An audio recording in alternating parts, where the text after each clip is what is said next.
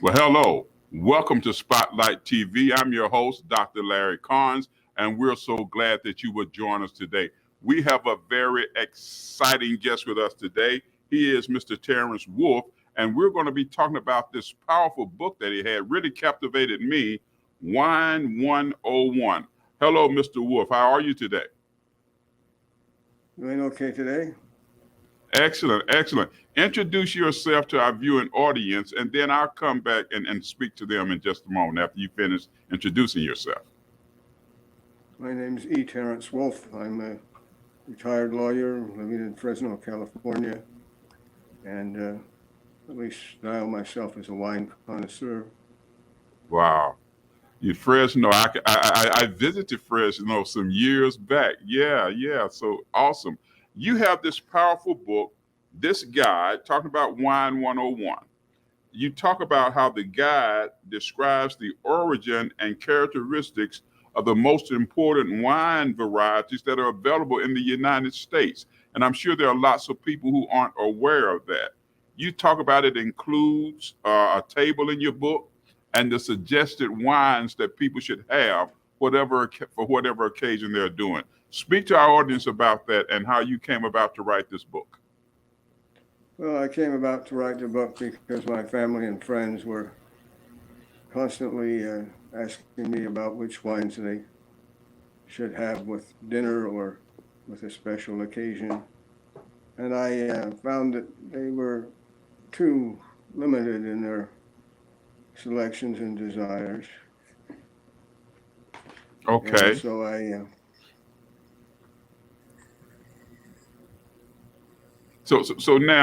So you begin to educate them on the varieties of wines that were available and the type of wines that they should have depending on the occasion. yes. Wow, that's powerful. Share with us about that. That's interesting because what I wanted to ask you is there a difference between someone who simply drinks wine as opposed to someone who's a connoisseur and know how to enjoy wine? Well, I have found that someone who wants to be a connoisseur can easily do so by a limited amount of reading. And I tried to take what is a complicated subject matter to some people and make it a simple type of guide, if you will, that Okay. they can use when they go shopping for wine or when they're planning a party or something. They can go beyond the Cabernet Sauvignon variety, and they can oftentimes find many different varieties that make wine a more interesting subject. Okay. I noticed you mentioned something about a zinfandel. Do people have a misunderstanding of zinfandel and they really don't value it the way that it should be valued? Well, yes, white Zinfandel became very popular as a blush wine, which is a terrible term for a wine, in my opinion. Wow. And the white Zinfandels were very popular years ago. And since then, they have been discredited because Zinfandel makes a very excellent red wine, which has a lot more flavor. Yes. So Now, any wine can be made into if you will, a rosé wine by leaving the skin on the grapes mm, during the process of making wine. okay. Now, when you say a blush wine, what does that mean when they categorize a wine as being that type of wine? Blush wine is usually used to describe a wine which is a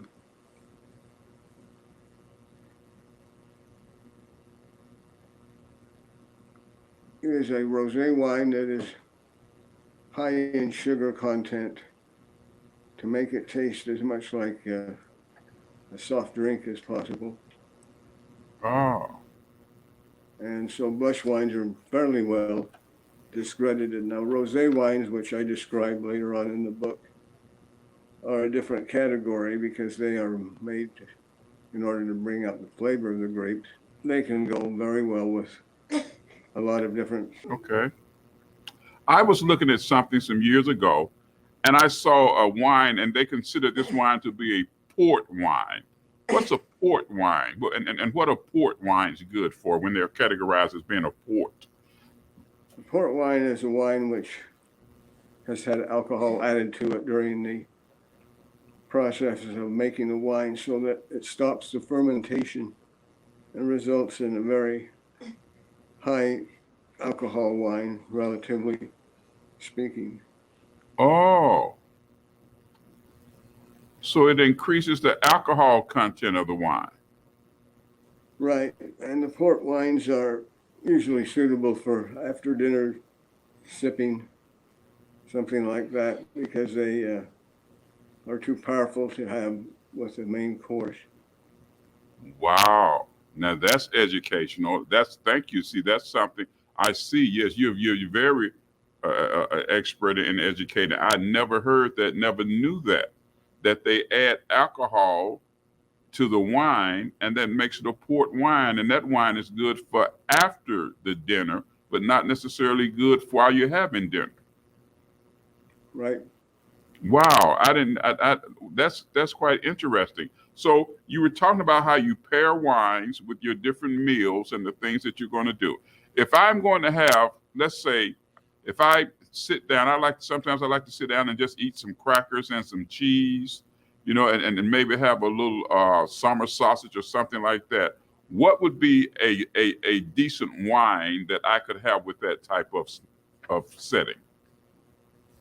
Well, actually, any of the lesser wines in terms of alcohol would do. As an example, Sauvignon Blanc, Chenin Blanc, and all of the white wines that I discuss in my book, right down to Champagne, Oh, yes. or most of the red wines, except for the very heavy reds, such as Cabernet Sauvignon or Syrah, Petit Syrah. Those heavier reds will usually be overwhelmed by, or underwhelmed, if you will, by cheese and crackers. Okay. Okay. So if I want to learn how to really enjoy a glass of wine that I'm having, I notice I've seen some people will smell the wine, they'll swirl it around in their glass. Does that really do anything? Do I have to be an expert or a connoisseur of wine to actually know what I'm doing? I see them smell it, swirl it around in their glass, they get it and sort of flutter it a little bit in their mouth. What's that all about? Well, that's about introducing air into the wine shortly before it's consumed in order to bring out the full flavors of the wine. Almost all wines will benefit by being swirled around in a glass before tasting, and Oh, you will find that if you go to tasting rooms of any vintner, that vintner will